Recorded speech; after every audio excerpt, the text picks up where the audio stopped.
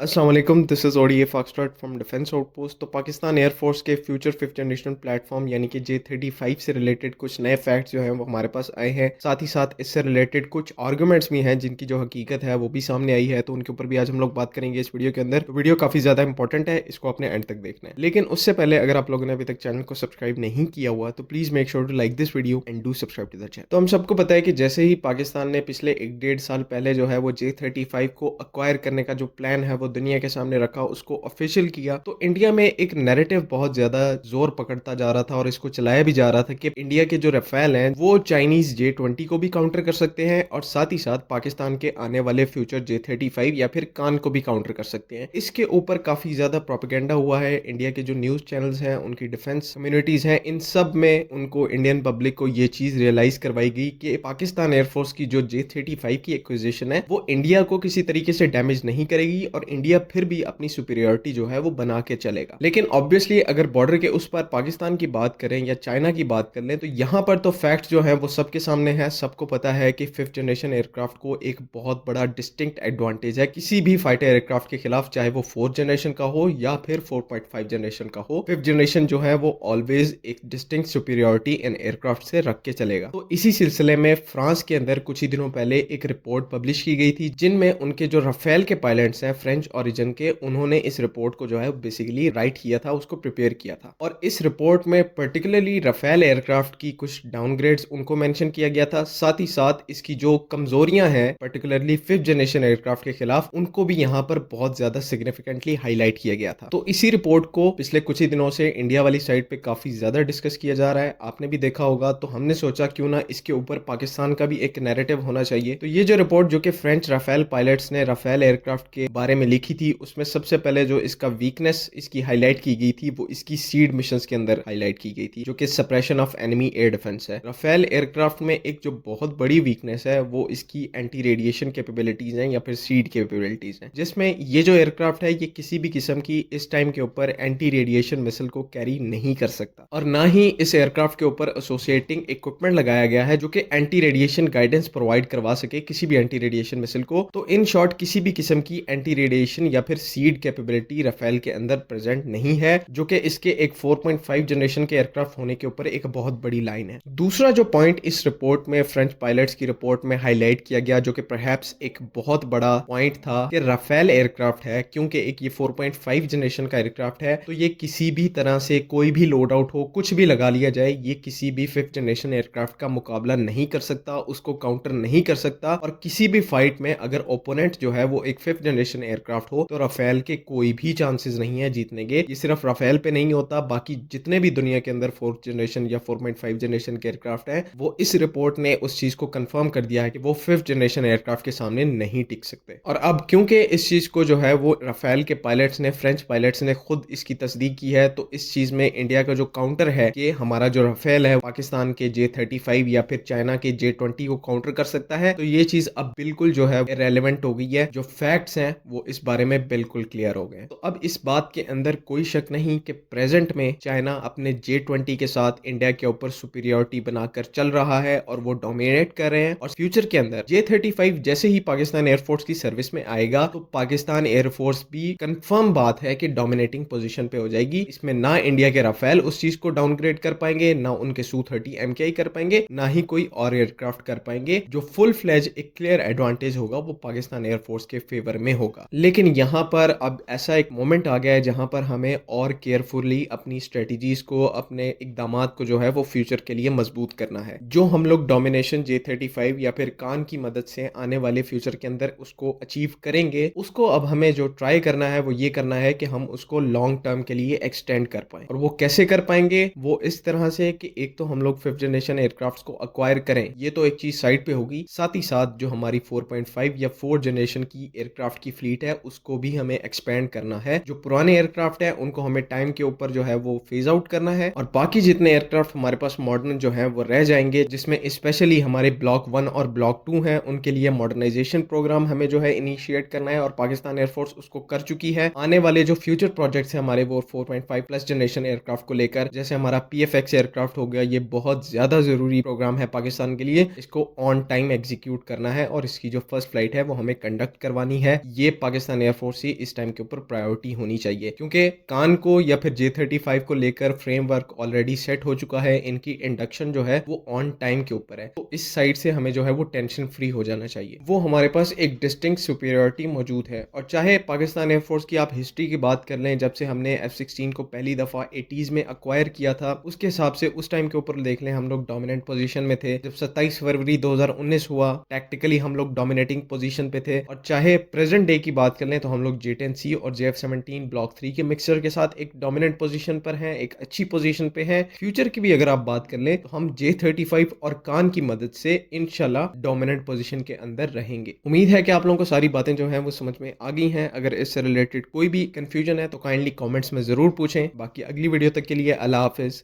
पाकिस्तान जिंदाबाद।